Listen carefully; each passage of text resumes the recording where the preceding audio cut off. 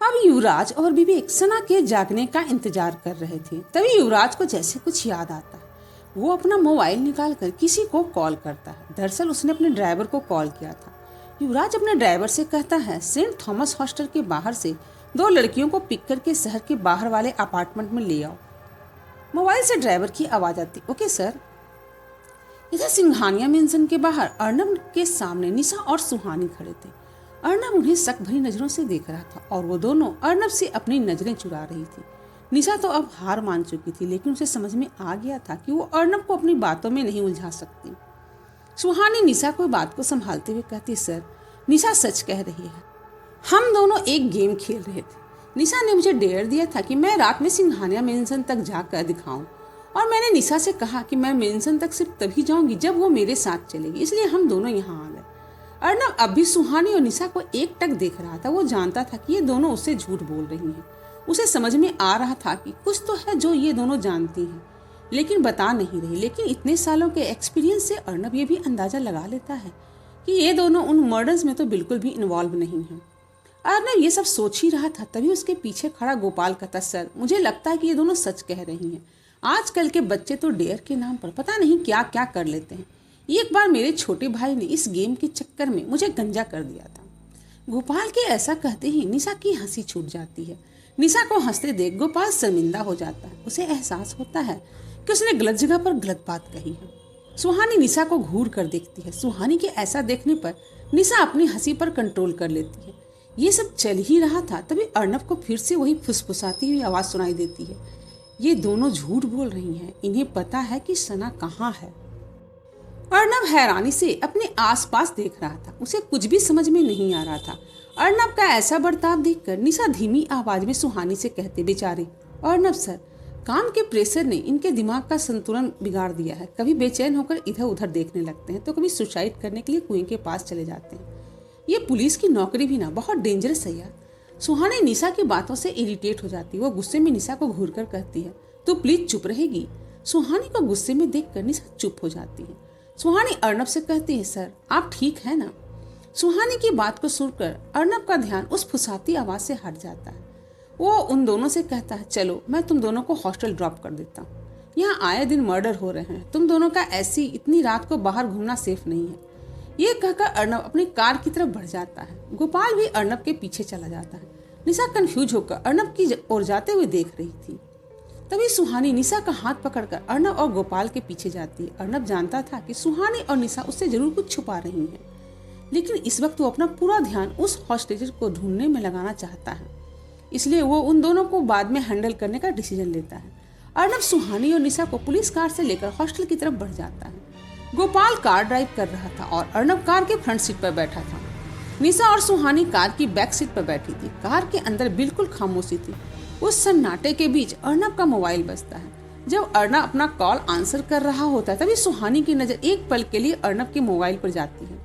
वो कॉल किसी रोहित का था। अर्नब मोबाइल पर उससे बातें करने लगता। अर्नब बड़े गौर से उसकी बात सुन रहा था। ऐसा लग रहा था जैसे उसे कोई बहुत इंपॉर्टेंट इन्फॉर्मेशन मिल रही है। कुछ देर शांत होकर सोचने के बाद अर्नब कहता है, वायरल कर दो।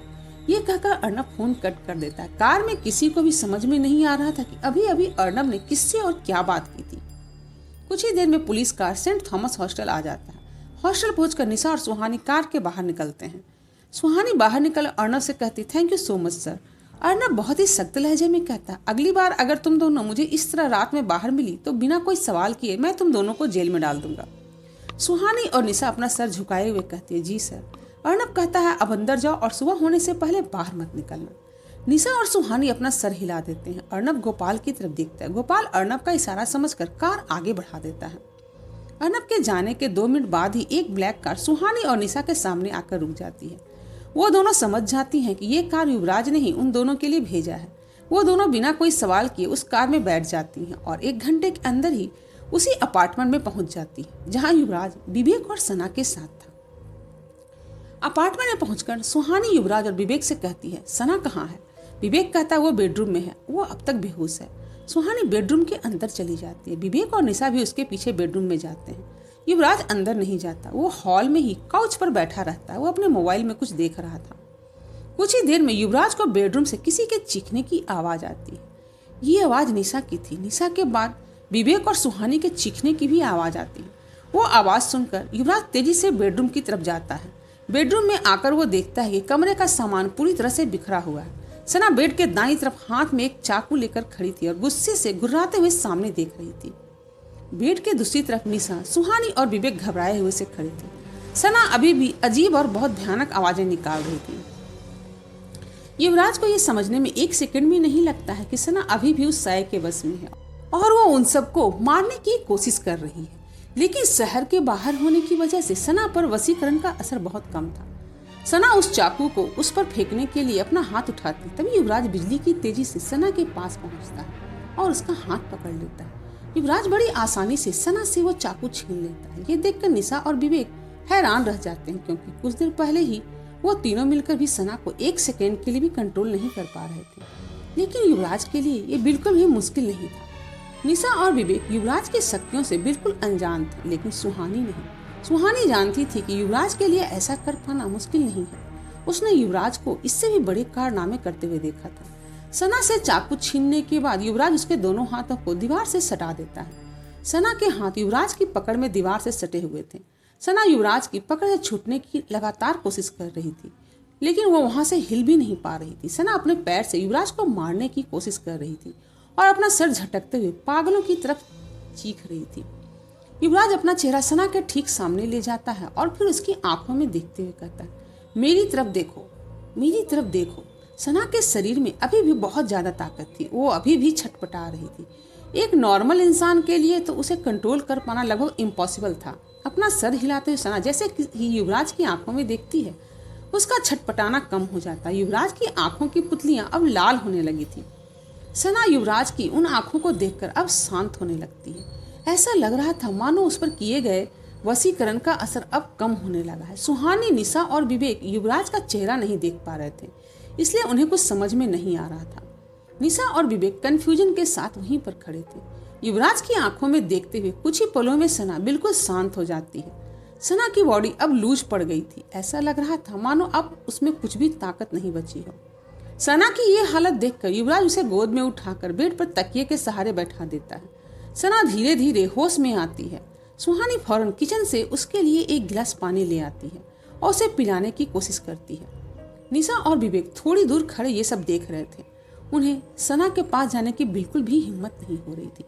कुछ देर आराम करने के बाद सना की हालत कुछ बेहतर होने लगती है। सुहानी सना के पास बैठकर उससे कहती है, अब बेटर फील हो रहा है। सना कुछ भी नहीं कहती, बस हाँ में अपना सर हिला रहती है। वो अभी भी बहुत सहमी हुई सी लग रही थी। सना के पहले से बेहतर हालत देखकर सुहानी उससे कहती, सना तुम्हारे साथ क्या हुआ था बहन? ये सवाल सुनते ही सना के चेहरे पर खौफ दिखने लगता है। डर से उसके हाथ पैर कांपने लगते हैं, उसकी आंखों में आंसू आ जाते हैं और वो फूट फूट कर रोने लगती है। ये देखकर युवराज सना से कहता, सना अब तुम बिल्कुल सेफ हो। मेरे रहते हुए तुम्हें यहाँ कोई खतरा नहीं। तुम बेझिझक अपनी बात बता सकती हो जो तुम्हारे साथ हुआ था। युवराज की बातें सुनकर सना कुछ शांत होती है। वो अपने आंसू पोंछते हुए कहती है, उस रात मैं पढ़ाई पूरी करके 10 बजे ही सो गई थी। उस रात नींद में मुझे ऐसा लग रहा था जैसे कोई औरत मेरा नाम लेकर मुझे बुला रही है। मुझे ऐसा लग रहा था जैसे मैं कोई सपना देख रही हूँ। लेकिन जैसे ही मेरी नींद खुली, मैंने देखा कि मैं अपने बेड पर नहीं, मैं बल्कि उस विशिंग बेल के पास खड़ी थी। सना की ये बात सभी गौर से सुन रहे थे। वो आगे कहती है, जब मैंने खुद को अंधेरी रात में उस विशिंग बेल के आसपास पाया तो मैं बहुत ज्यादा घबरा गई। मैंने अपने आसपास देखा तो उस वक्त वहाँ कोई भी नहीं था। मैं वहाँ से भागने की कोशिश कर रही थी, लेकिन मेरे पैर उस जमीन से चिपक गए थे। मैं एक कदम भी आगे नहीं बढ़ पा रही थी। तभी एक भयानक साया मेरे पास आ गया। उसने बहुत डरावनी आवाज में मुझसे कहा, अब कुछ दिनों के लिए तुम मेरे शिकार का इंतजाम करोगी। ये कहते ही उस साया ने मेरा गला पकड़कर मुझे जमीन से ऊपर उठा लिया और विशिंग बेल के अंदर फेंक दिया। कमरे में बैठे सभी लोग सना की ये बात सुनकर हैरान रह गए, क्योंकि बिल्कुल यही सब सुहानी ने अपने सपने में देखा था। युवराज सना से कहता है, क्या तुम्हें याद है कि इसके आगे क्या हुआ था? ये सुनकर फिर से सना की आंखें भर आती हैं। वो हिम्मत करके आगे कहती है, उस विशिंग बेल में गिरने के बाद मैं किसी खंडहर जैसी जगह पर पहुंच गई थी। उसके बाद से मेरी बॉडी या दिमाग पर कोई कंट्रोल नहीं रह गया था। मैं वही करती थी जो वो साया मुझसे करवाता था। उसने मेरे हाथों कई मासूम लोगों की जान ले ली, कभी विशिंग बेल के पास तो कभी उस खंडहर जैसे कमरे में। मैं ज्यादातर बेहोश ही रहती थी। मुझे होश केवल उस वक्त आता था जब मैं किसी की जान लेती थी। ये कहते हुए सना अब बहुत फूट फूट कर रोने लगती है। सभी को सना की कहानी सुनकर उसके लिए बहुत बुरा लग रहा था। युवराज सना से कहता है, अब तुम आराम करो, मैं तुम्हारे घर जाने का इंतजाम करता हूँ। ये कहकर युवराज उस कमरे से बाहर जाने लगता है और बाकी लोगों को भी कमरे से बाहर निकलने का इशारा करता है। कमरे के बाहर निकलते ही सुहानी युवराज से कहती है, युवराज सर, अगर पुलिस को पता चल गया कि सना जिंदा है तो उन मर्डर्स की पहली सस्पेक्ट खुद सना हो जाएगी और हम ये साबित नहीं कर पाएंगे कि लोगों को वो साया मार रहा है, ना कि कोई इंसान। युवराज कहता है, मैं जानता हूँ, मैंने पहले ही सना की फैमिली को कॉल करके उन्हें ये सारी बातें समझा दी है। मैंने उनसे कहा है कि कुछ महीनों तक सना को अंडरग्राउंड रहना होगा। युवराज और सुहानी जब तक बात कर रहे थे तभी निशा का मोबाइल बजता है। निशा जब अपना मोबाइल चेक करती है तो उसमें एक नोटिफिकेशन आया था। निशा उस नोटिफिकेशन को ओपन करती है। नोटिफिकेशन ओपन करते ही निशा अपने फोन में जो देखती है उसे देखकर उसकी आंखें हैरानी से और भी बड़ी हो जाती है। निशा लगभग चीखते हुए कहती, ओ माय गॉड, क्या किसी ने ये न्यूज़ देखा? ये सिर्फ एक प्रेम कहानी नहीं है बल्कि एक सांप था जो आज भी किसी की रूह को जकड़े हुए है। अगर मेरी इस कष्ट प्रेम कहानी ने आपकी रूह को छू लिया हो तो अभी इसी वक्त वीडियो को लाइक करें और चैनल को सब्सक्राइब भी करें और शेयर करें अपने दोस्तों के साथ, ताकि आपकी तरह वो भी इस कहानी को एंजॉय कर सके। और कमेंट करके मुझे बताएं कि कहानी का कौन सा हिस्सा आपके दिल को छू गया। निशा अपने फोन को हैरानी से देखते हुए कहती है, ओ गॉड, क्या तुम लोगों ने ये न्यूज़ देखा? निशा की बात सुनकर सभी का ध्यान उसकी तरफ जाता है। विवेक कंफ्यूज होकर कहता है, कौन सी न्यूज़? निशा अपनी मोबाइल में देखते हुए खबर पढ़ती है, 2 दिन पहले शहर के जंगल में 7 लोगों की लाश मिली है। ये सुनकर विवेक और सुहानी हैरानी के साथ लगभग चीखते हुए कहते हैं, क्या? इस वक्त दोनों अपनी आंखें फाड़कर निशा को ही देख रहे थे, लेकिन युवराज कुछ भी रिएक्ट नहीं करता। एक्चुअली उसे इस बारे में उसी रात से पता था जिस रात पुलिस को ये लाशें मिली थी। युवराज के लोग शिमला में हर तरफ फैले होते हैं। शहर की ऐसी कोई बात नहीं होती थी जो युवराज को पता नहीं थी, और ये बात तो उसके डैड और पद्मिनी से रिलेटेड थी, तो युवराज का इस बात पर कुछ ज्यादा ही ध्यान था। निशा वही न्यूज आगे पढ़ती है। कुछ दिनों से देश के अलग अलग शहरों से लोगों के गायब होने की रिपोर्ट दर्ज की जा रही थी। जंगल से मिली ये 7 लाशें उन्हीं लोगों में से एक है। सूत्रों के मुताबिक ये ह्यूमन ट्रैफिकिंग का केस है, जिसका कनेक्शन शिमला के बिजनेसमैन मिस्टर यशवंत धीमान और पद्मिनी सिंघानिया से बताया जा रहा है। निशा के ये पढ़ते ही निशा, विवेक और सुहानी की नजर युवराज पर जाती है और तीनों युवराज की ओर देखने लगते हैं। युवराज के चेहरे पर कोई एक्सप्रेशन नहीं था। वो एक कमरे की तरफ इशारा करते हुए कहता है, तुम लोग उस रूम में जाकर आराम करो, मुझे कुछ जरूरी काम है। ये कहकर युवराज दूसरे कमरे में चला जाता है। युवराज कमरे में जाकर बेड पर बैठ जाता है और अपना लैपटॉप निकालकर उसमें कुछ देखने लगता है। दूसरी तरफ सुहानी, निशा और विवेक युवराज के बताए कमरे में चले जाते हैं। तीनों इस वक्त बहुत ज्यादा परेशान थे। निशा बेड पर जाकर लेट जाती है और थोड़ी ही देर में उसे नींद आ जाती है। सुहानी और विवेक पास के काउच पर बैठ जाते हैं। विवेक कुछ सोचते हुए कहता है, ये कैसे हो सकता है? विवेक की ये आवाज सुनकर सुहानी का ध्यान उसकी तरफ जाता है। वो आंखें सिकुड़कर कहती, तुम क्या कह रहे हो? क्या हो सकता है? विवेक जवाब देता है, सुहानी, तुम नहीं जानती, लेकिन युवराज दीवान या उसकी फैमिली के बारे में कोई भी न्यूज बिना उसकी परमिशन के इस तरह से वायरल नहीं हो सकती। उसके पास एक बहुत बड़ी टीम है जो उनके पब्लिक इमेज को हैंडल करती है। वो शिमला ही नहीं बल्कि इंडिया के भी जाने माने बिजनेसमैन है। आखिर कौन है जो इन सब के बावजूद उसके डैड के अगेंस्ट ऐसी न्यूज वायरल कर सकता है? सुहानी तुरंत बोल पड़ती है, एएसपी अर्नब सिंह, उन्होंने ही ये न्यूज वायरल करवाई है। सुहानी का जवाब सुनकर विवेक शॉक रह जाता है। वो बौखलाहट के साथ कहता, तुम इतने कॉन्फिडेंस के साथ कैसे कह सकती हो कि ये न्यूज एएसपी सिंह ने वायरल करवाई है? सुहानी विवेक को बताती है, आज रात जब एएसपी सर हमें सिंघानिया मेंशन से हॉस्टल लेकर जा रहे थे तभी उनके मोबाइल पर किसी रोहित का कॉल आया था। उसकी बात गौर से सुनने के बाद अर्नब सर ने फोन पर कहा था, वायरल कर दो। सुहानी कुछ सोचते हुए विवेक से कहती है, तुम्हें वो लड़का याद है, रोहित, जो कि जर्नलिस्ट था? उसी ने मुझे इस ह्यूमन ट्रैफिकिंग केस के बारे में बताया था। अगर ये वही रोहित है तो ये न्यूज अर्नब सर ने ही वायरल किया है।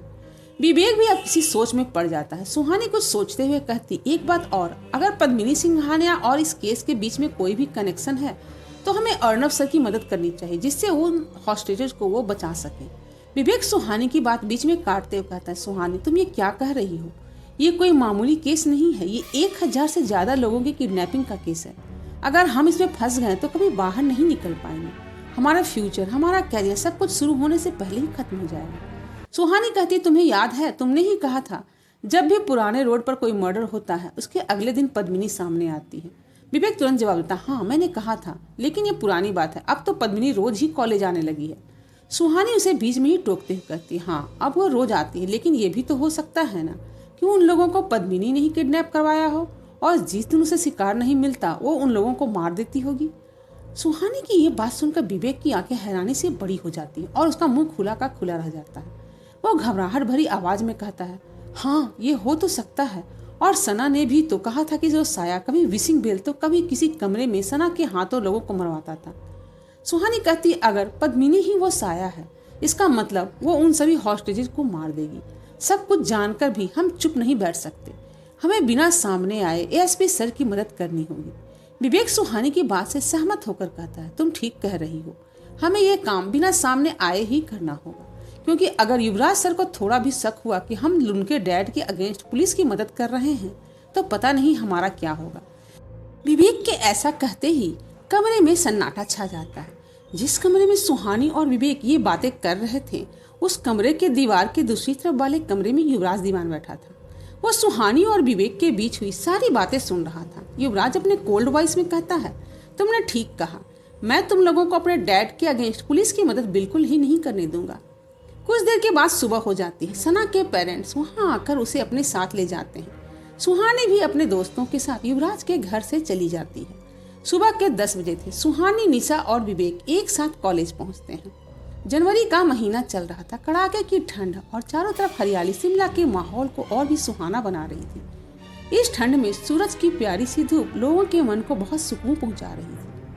सभी स्टूडेंट्स गर्म कपड़े पहने हुए कॉलेज कैंपस में घूम रहे थे, क्योंकि क्लास लगने में अभी भी कुछ वक्त बाकी था।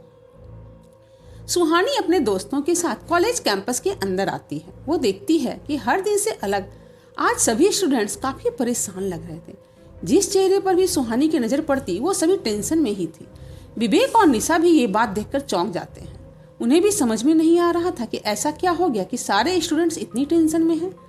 विवेक अपने पास से गुजर रहे एक लड़के को रोककर उससे कहता, प्रवीण क्या बात है, कॉलेज में सब इतने परेशान क्यों लग रहे हैं। प्रवीण विवेक का हाथ झटक कर अपने कंधे से हटा देता और कहता, भाई परेशान मत कर, अभी दिमाग सही नहीं है। ये कहकर प्रवीण वहां से चला जाता है। निशा उसे अजीब सी नजरों से देखते हुए कहती है, इसे क्या हुआ, इसकी गर्लफ्रेंड किसी के साथ भाग गई क्या जो ऐसे रो रहा है। निशा ऐसे कहते हुए अपनी क्लास में रिया के पास जाती है। सुहानी और विवेक भी उसके साथ ही चलते हैं। निशा रिया से पूछती, यार रिया, ये कॉलेज में सबको क्या हो गया, क्या सबका मुंह इतना क्यों लटका हुआ है। रिया परेशान होकर कहती, तुझे नहीं पता क्या। निशा बहुत ही कैजुअली कहती है, मुझे क्या नहीं पता है। रिया टेंशन से भरी आवाज में कहती है, हमारा सेमेस्टर एग्जाम कब होने वाला था। निशा रिलैक्स होकर कहती है, नेक्स्ट मंथ। रिया अपनी बात पर जोर देते हुए कहती है, जो एग्जाम नेक्स्ट मंथ होने वाला था वो परसों से स्टार्ट हो रहा है। ये सुनते ही सुहानी, विवेक और निशा एक साथ चीखते हुए कहती है, क्या। निशा तो ये सुनकर सदमे में ही चली गई थी और उसके मुंह से एक शब्द भी नहीं निकल रहा था। वो बस अपनी आंखें बड़ी करके और मुंह खोलकर खड़ी थी। कुछ वक्त तक निशा इसी हालत में खड़ी रही। निशा की ऐसी हालत देखकर सुहानी उसके कंधे को हिलाते हुए उससे कहती है, निशा निशा। निशा एक झटके में होश में आती है। होश में आते ही वो पैनिक करते हुए कहती है, ये कैसे हो सकता है, एग्जाम तो नेक्स्ट मंथ है ना, 15 दिन पहले एग्जाम कैसे आ सकता है।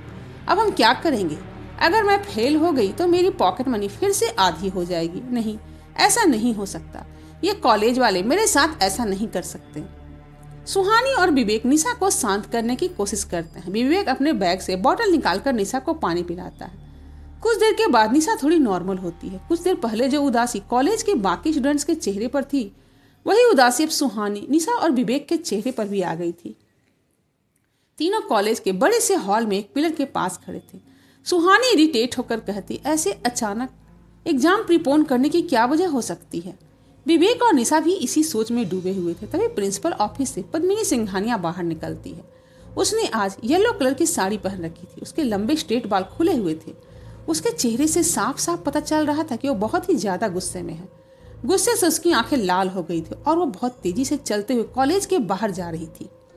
उसे जाते देख कॉलेज के स्टूडेंट डरकर उसके रास्ते से हटने लगते हैं। सुहानी की नजर पद्मिनी के दाएं हाथ पर जाती है। उसके हाथ में एक पट्टी बंधी थी। उसे देखकर सुहानी अपने मन में कहती, अजीब इत्तेफाक है, पद्मिनी सिंघानिया के उसी हाथ पर पट्टी बंधी है जिस हाथ पर कल युवराज सर को चोट लगी थी। सुहानी काफी टाइम से पद्मिनी और युवराज के बीच कोई कनेक्शन नोटिस कर रही थी और शायद उसे समझ भी आ रहा था कि उनके बीच ये कनेक्शन क्यों है। क्यों युवराज इस बारे में कोई बात नहीं करता।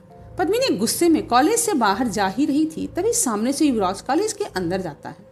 अब पद्मिनी और युवराज आमने सामने थे। पद्मिनी गुस्से भरी नजरों से युवराज की ओर देखे जा रही थी, जबकि युवराज अपने उसी एटीट्यूड के साथ एक नज़र पद्मिनी को देखकर अपनी नजरें फेर लेता है, जैसे वो युवराज के लिए कुछ मैटर ही नहीं करती। ये देखकर पद्मिनी का गुस्सा और भी ज्यादा बढ़ जाता है। युवराज पद्मिनी को इग्नोर करके वहां से चला जाता है। युवराज के जाने के बाद निशा कहती, यार कुछ भी कहो, युवराज सर का एटीट्यूड एकदम क्लियर है। किसी भी लड़की को उनसे पहली ही नजर में प्यार हो सकता है। विवेक निशा को घूर कर देखता है। अब निशा को अपनी गलती का एहसास होता है और वो इधर उधर देखते हुए चुप हो जाती है। इधर युवराज प्रिंसिपल ऑफिस में एंटर करता है। उसे देखते ही प्रिंसिपल अपने चेयर से उठकर युवराज को वेलकम करता है। युवराज भले ही कॉलेज में पढ़ाता था, लेकिन सही मायने में वही कॉलेज का ट्रस्टी था। कॉलेज का पूरा स्टाफ उससे घबराता था, क्योंकि सभी युवराज के स्ट्रिक्ट बिहेवियर से काफी वाकिफ थे। प्रिंसिपल थोड़ा नर्वस होकर युवराज से कहता है, सर आपके कहने पर हमने एग्जाम प्रीपोन कर दिया है। कॉलेज का एग्जाम परसों से ही स्टार्ट हो जाएगा। युवराज बिना कुछ कहे अपना सर हिला देता है और प्रिंसिपल ऑफिस से बाहर चला जाता है। वो प्रिंसिपल से बस इन्फॉर्मेशन लेने आया था कि एग्जाम प्रीपोन हो गया है। प्रिंसिपल की भी हिम्मत नहीं होती कि युवराज से एग्जाम प्रीपोन करने की वजह पूछे। बात यह थी कि युवराज सुहानी और उसके दोस्तों को कुछ दिनों तक बिजी रखना चाहता था, ताकि वो अपने डैड के मैटर को अपने हिसाब से हैंडल कर सके और सुहानी के बारे में सब कुछ जान सके। इसीलिए उसने एग्जाम प्रीपोन करवाया था। क्लास खत्म होने के बाद युवराज कॉलेज कैंपस से बाहर अपने कार की तरफ बढ़ रहा था। युवराज का चेहरा हमेशा की तरह शांत था। कुछ सोचते हुए अपने मन में कहता है, बस कुछ देर और, आज रात भैरवनाथ से मुझे पता चल जाएगा कि आखिर सुहानी है कौन, क्यों वो मुझे साया से आजाद करना चाहती है और वो साया सुहानी के पीछे ही क्यों है। अपने कार के नजदीक जाकर युवराज की नजर गार्डन की तरफ जाती है और उसकी नजरें वहीं रुक जाती है। वहां सुहानी अकेले बैठी थी। वो काफी उदास लग रही थी। युवराज सुहानी को इग्नोर करके अपने कार का दरवाजा खोलता है। वो कार के अंदर बैठने ही वाला होता है, लेकिन रुक जाता है। हमेशा की तरह इस बार भी युवराज सुहानी की इग्नोर नहीं कर पाता और उसकी तरफ बढ़ जाता है। सुहानी के पास जाकर युवराज देखता है कि वो गार्डन में एक चेयर पर बैठी थी और अपने हाथ में रखे किताब को एकटक देखे जा रही थी। सुहानी को देखकर साफ समझ में आ रहा था कि वो अभी पढ़ तो नहीं रही और वह कहीं खोई हुई है। युवराज सुहानी से कहता है, तुम यहाँ पर क्या कर रही हो? युवराज की आवाज सुनकर सुहानी का ध्यान टूटता है और वो फौरन अपना सर उठाकर सामने देखती है। अपने सामने युवराज को खड़ा देखकर सुहानी चौंक जाती है और हड़बड़ाते हुए ऊपर उठकर खड़ी हो जाती है। सुहानी नर्वस होकर युवराज से कहती, सर आप यहाँ? युवराज अपना सवाल फिर से दोहराता है, तुम यहाँ पर क्या कर रही हो? सुहानी को समझ में नहीं आता कि वो क्या जवाब दे। तभी उसकी नजर अपने हाथ पर रखी किताब पर जाती है। सुहानी इस किताब को थोड़ा आगे बढ़ाकर कहती है, मैं बस पढ़ाई कर रही थी, एग्जाम आने वाले हैं ना। युवराज फिर से सुहानी की किताब को देखता है और उसके हाथों से किताब लेकर उस किताब को सुहानी की तरफ पलटते हुए कहता है, मुझे नहीं पता था कि तुम उल्टी किताबें भी पढ़ सकती हो। युवराज के ऐसा कहते ही सुहानी की नजर उस किताब पर जाती है। उसे एहसास होता है कि उसने वो किताब उल्टी पकड़ रखी है। सुहानी युवराज के सामने काफी एम्बेरस फील करती है और वो अपनी नजरें इधर उधर दौड़ाने लगती है, लेकिन अभी भी युवराज की नजरें सुहानी पर ही टिकी हुई थी। Like, share and subscribe to my channel. Thanks for watching.